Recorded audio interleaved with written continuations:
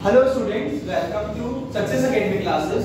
आज हम accounting for non profit organisation के फाइनेंशियल स्टेटमेंट के बारे में पढ़ने वाले हैं। यानी हम पढ़ेंगे कि फाइनल अकाउंट्स, इसमें हम कितने टाइप के फाइनल अकाउंट्स यानी कितने अकाउंट्स हम प्रिपेयर करते हैं।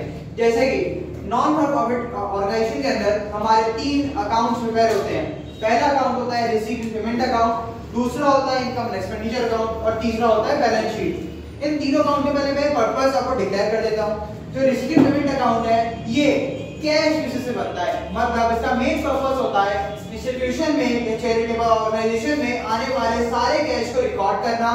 जितना भी कैश आ रहा है, जितना भी कैश जा रहा है, वो सबकी ट्रांजैक्शन को रिकॉर्ड करने का काम रिसीव्ड पेमेंट अकाउंट वर्क करता है यहाँ पे। ठीक है। दूसरा होता है इनकम एंड एक्सपेंडिचर अकाउंट। इस अकाउंट के अंदर हमने इस साल कितना ज्यादा इनकम, या देखिए बेसिकली हमने कहा यहाँ पे प्रॉफिट मेन मोटिव नहीं होता, तो यहाँ पे इनकम तो थोड़ी बहुत हो सकती है ना।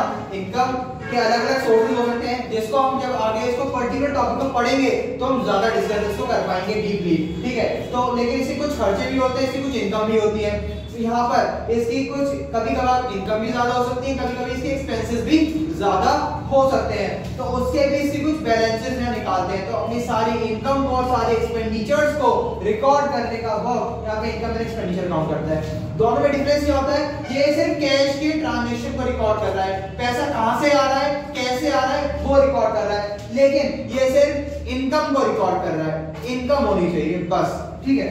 अच्छा, थर्ड वन जो से बनता है वो बनती है इसमें बैलेंस शीट।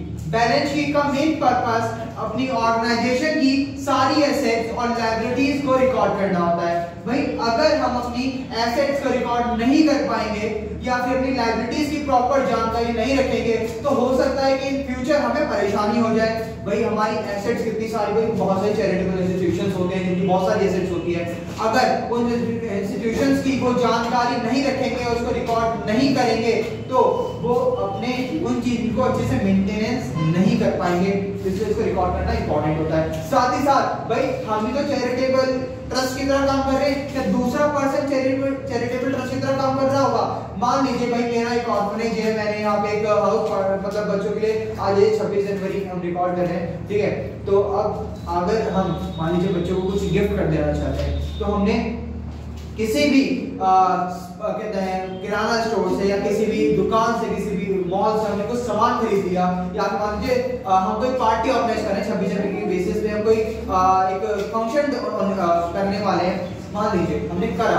अब उस टाइम हमारे पास कैश नहीं अवेलेबल है, हमारे पास पैसे नहीं है, हमारे पास 2-3 दिन में वो डोनेशन का पैसा आ जाएगा या कहीं से भी पैसा आ जाएगा, उसे हमें उस पैसे को उस पेमेंट के रूप में हम स्पेंड कर सकते हैं। बट तब तक के लिए हमें तो सही कहना पड़ेगा ना, सर आप अभी एज एन क्रेडिट पे हमें दे दीजिए, बाद में आपको 2-3 दिन बाद पेमेंट हो जाएगी। मान लीजिए दे देता है, तो अगर मान लीजिए भाई एक दिन में तो हम लोग 2-3 दिन या 1 महीना भी हो सकता है, 2 महीने भी हो सकते हैं। 2 महीने के बाद हमें तो ये नहीं पता कि 1 हफ्ते के बाद क्या होगा, तो 2 महीने के बाद हम याद कर सकते हैं कि किस की लायबिलिटी हमारे ऊपर है, तो उसी लायबिलिटी को रिकॉर्ड करने के लिए हमें बैलेंस शीट लिखनी पड़ती है। बैलेंस शीट में लायबिलिटीज को रिकॉर्ड करना पड़ता है।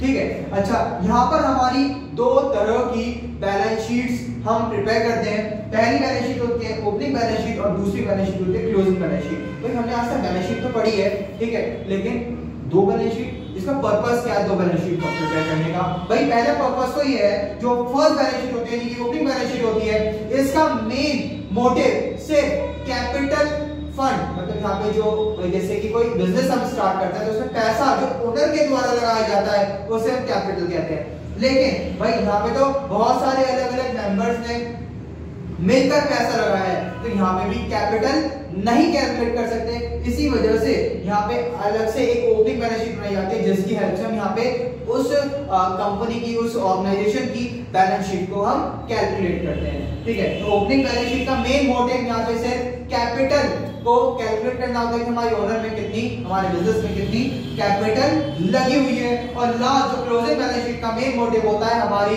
साल के आखिर में जितनी भी एसेट्स हैं और जितनी भी लायबिलिटीज हैं उनको रिकॉर्ड करने का main motive closing balance sheet में होता है। अच्छा, अब थोड़ा सा पहले प्रीवियस टॉपिक पर आते हैं, रिसीट एंड पेमेंट अकाउंट। जो रिसीट एंड पेमेंट अकाउंट होता है, हमने बताया इसका पहले फॉर्मेट एक बार हम कर लेते हैं, देख लेते हैं। पहला इसका फॉर्मेट होता है रिसीट अमाउंट, पेमेंट अमाउंट। मतलब कि डेबिट साइड सारी रिसीट यानी जो पैसा हमें रिसीव हो रहा है वो नोट डाउन करते हैं, और पेमेंट साइड जितना पैसा हम पेमेंट कर रहे हैं वो नोट डाउन करते हैं, simple and as it is.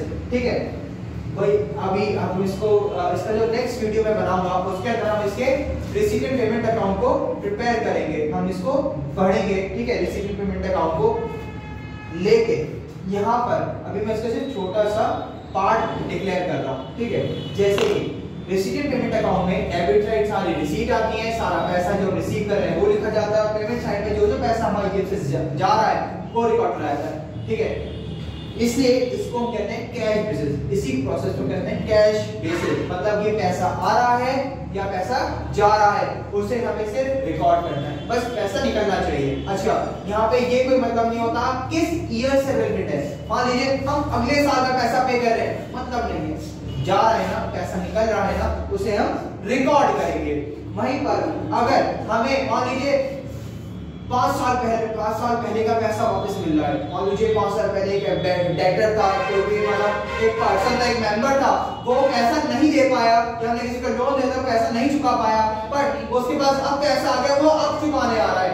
ठीक है, तो उसे हमें रिकॉर्ड करना पड़ेगा। हमें ये मतलब नहीं होता कि ईयर से रिलेटेड पैसा है, हमें वो रिकॉर्ड करना है, इसीलिए इसको कहा जाता है कैश बेसिस। अब हम बात करते हैं इनकम एंड एक्सपेंडिचर अकाउंट की। इनकम एंड एक्सपेंडिचर अकाउंट में इसका जो फॉर्मेट होता है वो होता है एक्सपेंडिचर अमाउंट, इनकम अमाउंट। मतलब कि पहले हम एक्सपेंडिचर्स को डेबिट साइड मेंशन करते हैं और इनकम को क्रेडिट साइड मेंशन करते हैं।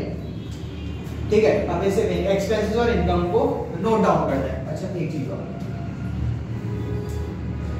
ये अकाउंट अक्रूवल बेसिस से बनता है। ठीक है, अक्रूवल बेसिस क्या होता है? अक्रूवल बेसिस हमारा ये कहता है कि हमें चाहे पैसा मिले चाहे ना मिले, ठीक है, हमें उसको रिकॉर्ड करना है। अक्रूवल बेसिस क्या कहता है? चाहे हमें पैसा वो रिसीव हो रहा हो, नहीं हो रहा हो, चाहे फ्यूचर में रिसीव हो, हमें उसको रिकॉर्ड करना है। बस इतना सा काम हमें इनकम एंड एक्सपेंडिचर अकाउंट को करते हुए ध्यान देना होता है। अच्छा, इसमें एक चीज और आप ध्यान रखेंगे, और वो चीज यहाँ पे क्या होती है कि अगर मैं अपने प्रोस्पेक्टिव समझाऊं, जिसमें मैंने इसको समझा था बहुत इजी वे में, बहुत इजी वे वही ये अकाउंट सिर्फ करंट ईयर के इनकम एंड एक्सपेंसेस को रिकॉर्ड करने के लिए बनता है बस। ठीक है, मतलब कि इसमें हम सिर्फ करंट ईयर के ही इनकम और करंट ईयर के ही एक्सपेंस को रिकॉर्ड करेंगे। समझे नहीं तो मैं एक बार दोबारा समझा देता हूं। करंट ईयर का मतलब होता है, मान लीजिए हमारा सेशन चल रहा है 2021 यानी कि 1 अप्रैल 2021 से लेके 31 मार्च 2022 तक। ठीक है, तो इस साल में जितने भी हमारे एक्सपेंसेस होने वाले हैं और जितनी भी हमारी इनकम होने वाली है उसी को सिर्फ हम रिकॉर्ड करेंगे। इसके अलावा अगर इसके आगे की हम कोई पेमेंट कर रहे हैं या इसके आगे का कोई पैसा हमारे अकाउंट के अंदर रिकॉर्डेड है या इससे पिछले साल का कोई पैसा हमारे अंदर इसके अंदर रिकॉर्डेड है, तो हम क्या करेंगे? उसको हटा देंगे, उसको सब्ट्रैक्ट कर देंगे।